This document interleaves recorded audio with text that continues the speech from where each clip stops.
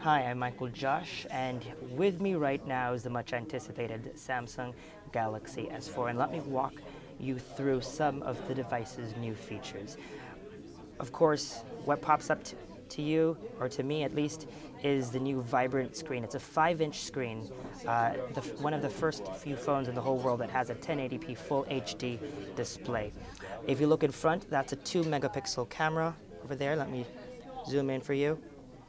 And in the back, a 13-megapixel camera. Inside this device, 2 gigabytes of RAM, 16, 32, or 64 gigabytes of memory, and inside you can expand that up to 64 gigabytes. Now, there are two different processors that I know there's been a lot of talk about, an octa-core and 8-core processor.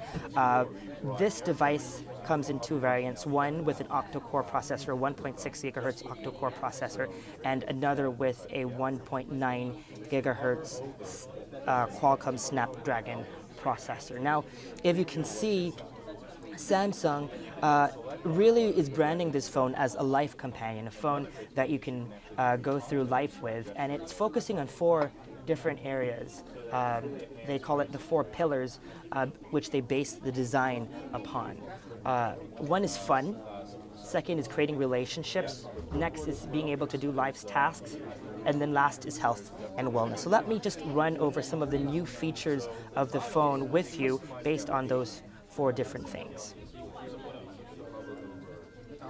So interestingly enough, this device actually looks pretty much like the last Samsung Galaxy S3. But if you notice, the screen is much larger at 5 inches diagonally. They've actually reduced the bevel and made the screen larger.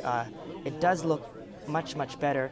And while it does have the same plasticky feel, it's not as it feels more sturdier in the hand compared to the Samsung Galaxy S3. I really, really like this aluminum bezel. I'm not really sure if this is aluminum or some kind of plastic, but I'm really digging the construction and the build of this phone, even though it's still the same plastic finish that we're used to. If you notice, TouchWiz has been revised ever so slightly. You dive into settings and it does look a little bit different. Settings are now sorted by connections, things about the device, and of course app settings are all here. This phone runs on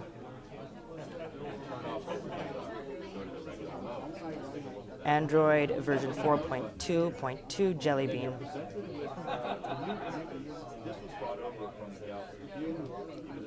Now let's take a look at some of the settings. Some of the new features of this phone really is not what's on the outside, but what's on the inside. Let's take a look at camera. Now, if you notice, a couple of weeks back on Tech Wrap, if you remember, we featured the Samsung Galaxy camera, and it's actually borrowing some design elements or some software elements from that. If you see, there's a new mode button. Let me turn this off. There you go. So there's a new mode button, and if you press that, you can actually select different features. But what you saw earlier was their new 2-cam view. It's called dual shot mode, and you can shoot videos and or photos using both your front-facing camera and the main camera at the same time. Now, this cool stamp option is one of the different overlays that you can have. Now let me just switch my camera around. So for example, you're shooting a scene.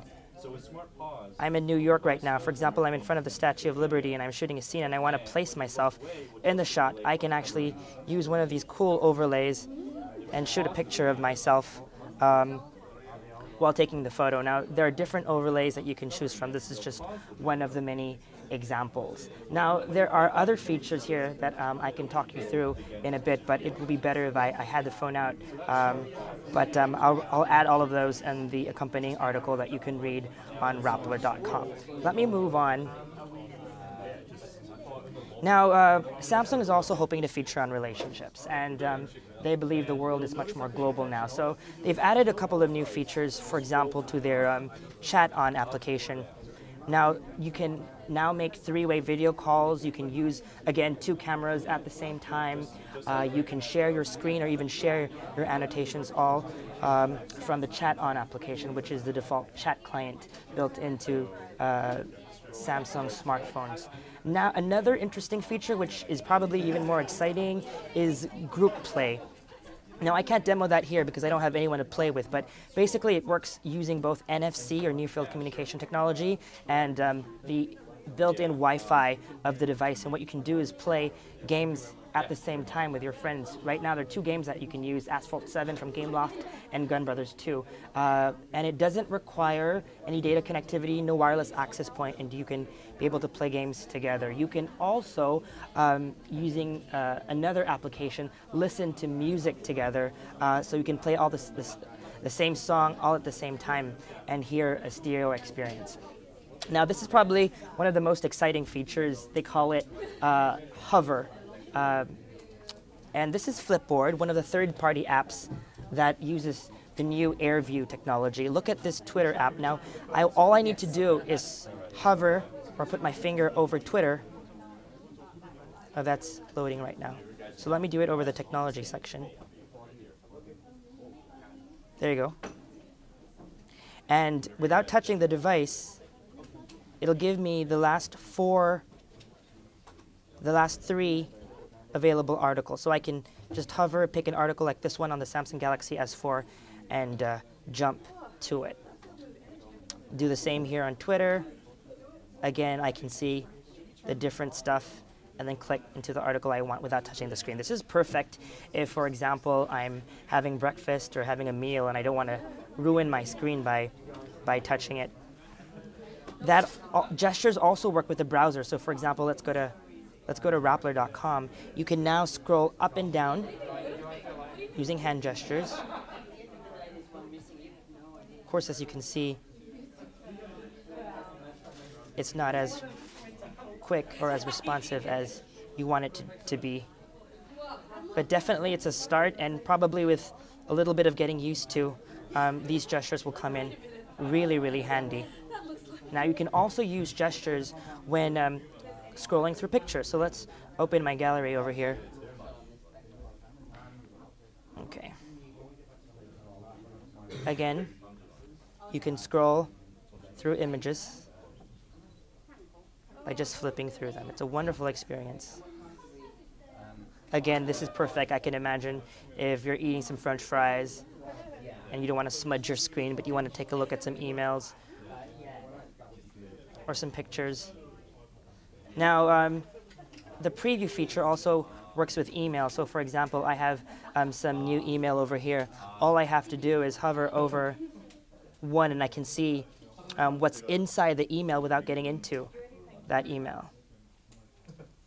So depending on the application, the speed increases. Obviously with the built-in Samsung applications like this email app, it works much faster.